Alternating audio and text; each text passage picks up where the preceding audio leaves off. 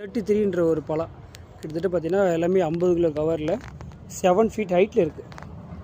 எல்லாமே குறையாமல் 7 அடி ஹைட்டில் இருக்குது. இந்த ஸ்டெம்மு கூட பாருங்கள், நல்லா ஃபுல்லாக சூப்பராக இருக்கும். இந்த இடத்துல கட்டிங் பண்ணியிருக்காங்க பாருங்கள், எல்லாமே பக்காவாக இருக்கும். எல்லாமே J33 தான். J33 கண்டுபிடிக்கிறதுக்கு என்ன எப்படின்னா, மற்ற லீஃபில் வந்து உங்களுக்கு இந்த மாதிரி கோபுரம் மாதிரி வராது.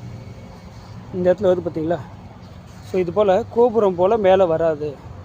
இது வந்து எல்லா லீஃப்லையுமே இருக்காது. கம்பல்சரி ஒரு செடியில் வந்து 3 இலை 4 இலை கண்டிப்பாகவே இருக்கும். பாருங்கள், இந்த இடத்துல ஒரு கட்டிங் இருக்குது பார்த்தீங்களா, கரெக்டாக, அதாவது ஈவனாக இருக்கும் கட்டிங்னா, அந்த மாதிரி இருக்கும். இதுதான் வந்து ஒரிஜினல் J33. எல்லா J33 ஒரே மாதிரி இருக்கு. அதாவது உங்களுக்கு பாருங்கள், பாலூர் ஒன்றும் கிட்டத்தட்ட அந்த லீஃப் எல்லாம் அந்த நரம்பு அப்படியே இருக்கும். ஸோ அதுக்கும் இதுக்கு வித்தியாசம் கண்டுபிடிக்கிறதுக்கு தான் அந்த லீஃபில் வந்து கோபுரம் மாதிரி இருக்கும். கம்பல்சரி எல்லா செடியிலுமே உங்களுக்கு அது மாதிரி J33 இருக்கும். ஸோ உங்களுக்கு பார்த்திங்கன்னா ஒரு 7 ஃபீட் ஹைட்டில் 50 kg கவரில் இருக்குது.